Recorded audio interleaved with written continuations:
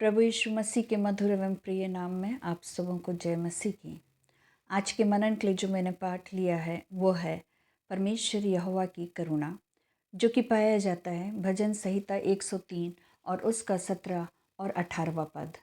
परंतु यहोवा की करुणा उसके डरवैयों पर युग युग और उसका धाम उसके नाती पोतों पर भी प्रकट होता रहता है, अर्थात उन पर जो उसकी वाचा का पालन करते और उसके उपदेशों को स्मरण करके उन पर चलते हैं। प्रियो, जब हम परमेश्वर यहोवा के उपदेशों को याद रखते हैं, परमेश्वर की वाचा का पालन करते हैं, परमेश्वर की विधियों को मानते हैं, परमेश्वर की आज्ञाओं को मानते हैं, परमेश्वर का भय जब हमारे अंदर होता है, तब परमेश्वर यहोवा की करुणा हमारे ऊपर युग युग बनी रहती है और परमेश्वर का धाम हमारे नाती पोतों पर भी प्रकट होता जाता है।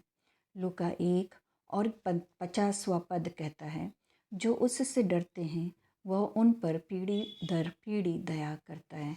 हमारा परमेश्वर हमें अपनी बाहों में समेटे रखता है जब हम उसकी आज्ञा का पालन करते हैं। अपने पंखों के तले में सुरक्षित रखता है, न केवल हमें परंतु हमारे बच्चों को और बच्चों के बच्चों को और हमारे पीढ़ियों को परमेश्वर अपने बाहों में समेट के रखता है, अपनी दया उनके ऊपर प्रकट करता है। युग युग तक परमेश्वर हम पर अपनी करुणा को प्रकट करता है और हमें अपने करुणा में हाथों के तले बना के रखता है।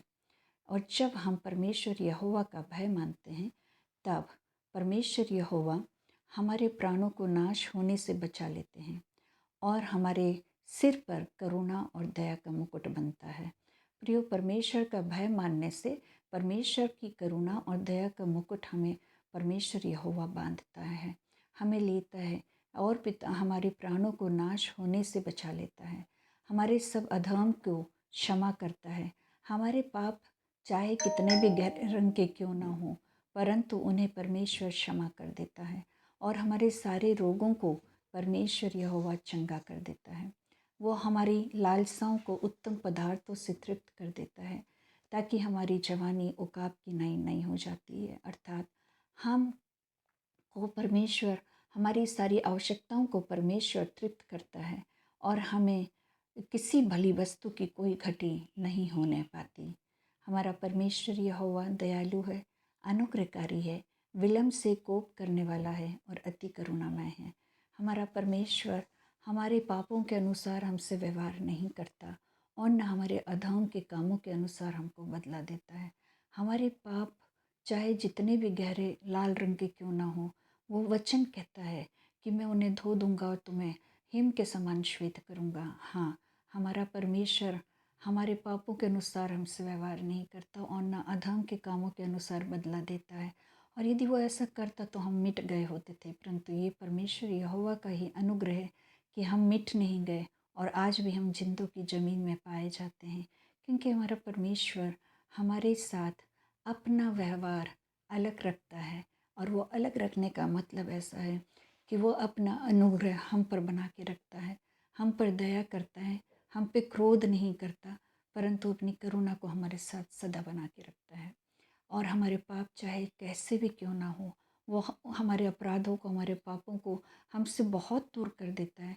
जैसे उदयाचल अस्ताचल से दूर है, उतने ही दूर वो हमारे पाप और अपराधों को कर देता है और फिर हम उसमें लौटने नहीं पाते, परंतु हम परमेश्वर की संगति में अपने आप को बनाए रखते, परमेश्वर के भय में हम चलते हैं।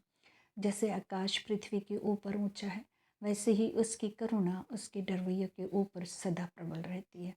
प्रियो, जब हम परमेश्वर के भय में चलते हैं, परमेश्वर का भय मानते हैं, परमेश्वर के बेटे और बेटियां बन जाते हैं, तो परमेश्वर अपनी करुणा को हम पर सदा सदा बना के रखता है।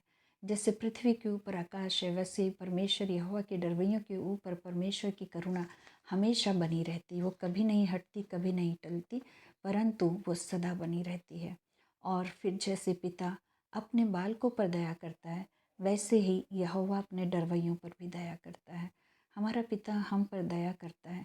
एक पिता और पुत्र का जो प्यार होता है और पिता अपने पुत्र पर किस रीति से दया करता है, उसी रीति से हमारा स्वर्गीय पिता भी हम पर दया करता है। इससे हम बहुत अच्छे तरीके से समझ सकते हैं लूका 15:11 से 32 में, जहाँ पर कि हम उड़ाऊ पुत्र की कहानी को पढ़ते हैं। जब उसका सब कुछ ख़त्म हो गया और जब वो स्वरों का खाना खाने लगा और स्वरों को चराने लगा, तब वो अपने आपे में आया। और अपने आपे में आया तब उसने एक ग्रेट डिसीजन लिया।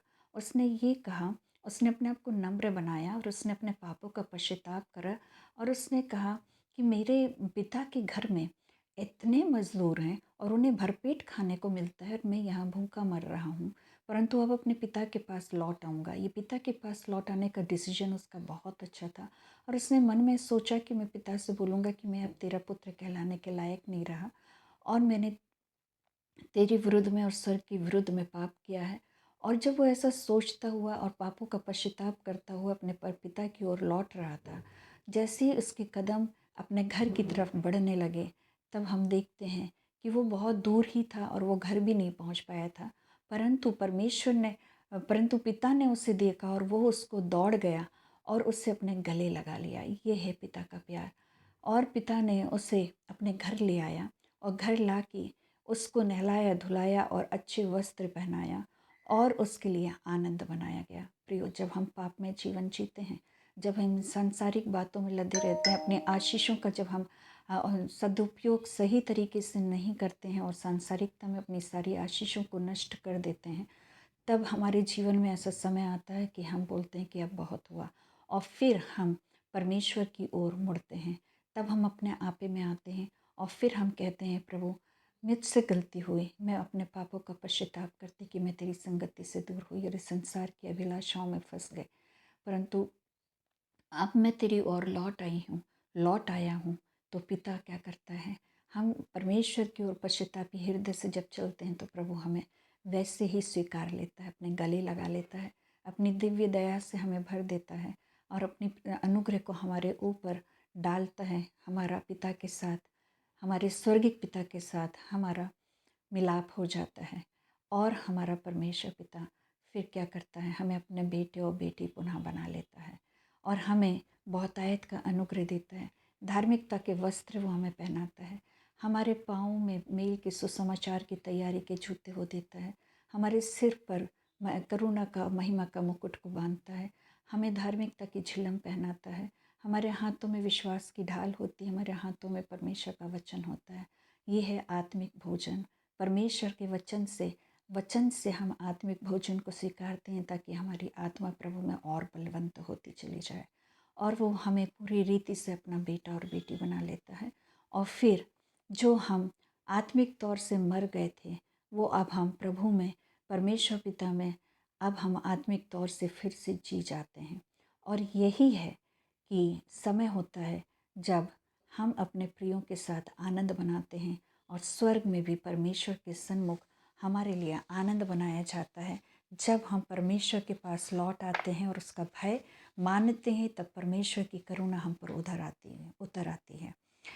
यशायाह 54:10 कहता है, चाहे पहाड़ हट जाएं, चाहे पहाड़ियाँ टल जाएं, तो भी मेरी करुणा तुझ पे से कभी ना हटेगी और मेरी शांतिदायक वाचा ना टलेगी। यहोवा तुझ पर दया करता, उसका यही वचन है।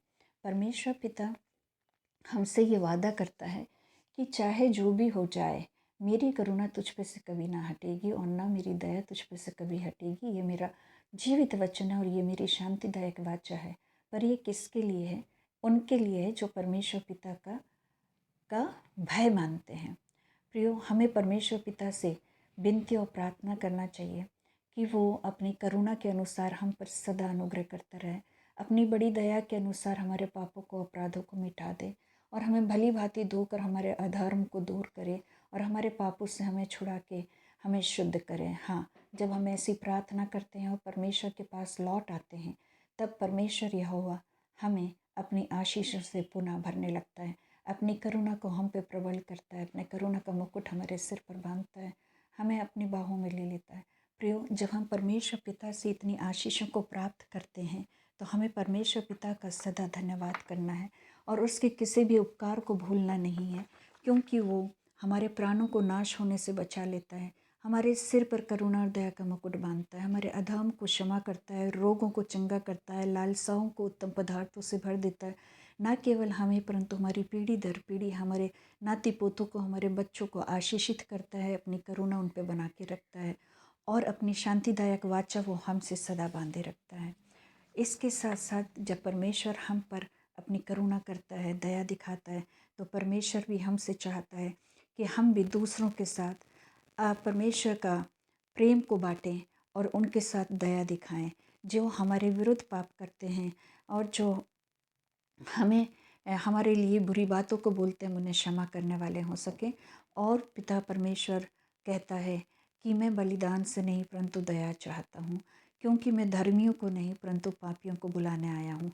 सो जब हम आशीषित हो गए, हम परमेश्वर के बेटे और बेटियाँ बन गए, तो अब हमारा काम है कि हम प्रभु के लिए कार्यों को करें और लोगों के जीवन को बचाएं, क्योंकि परमेश्वर का वचन कहता है जैसा तुम्हारा पिता दयावंत है वैसे ही तुम भी दयावंत बनो। हाँ, हमें भी प्रभु यीशु मसीह के समान दयावंत बनना है।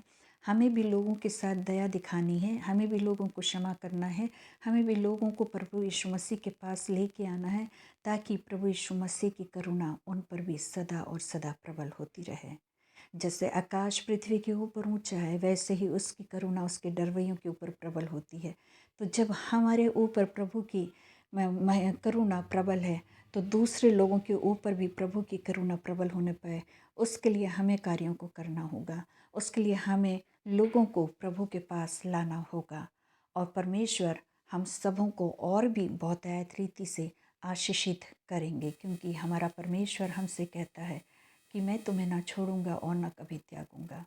आइए हम प्रार्थना करें। पवित्र पवित्र पवित्र सेनाओं के परमेश्वर यहोवा, तेरी महाकरुणा के लिए, तेरी दया के लिए पिता परमेश्वर हम तेरा धन्यवाद देते हैं।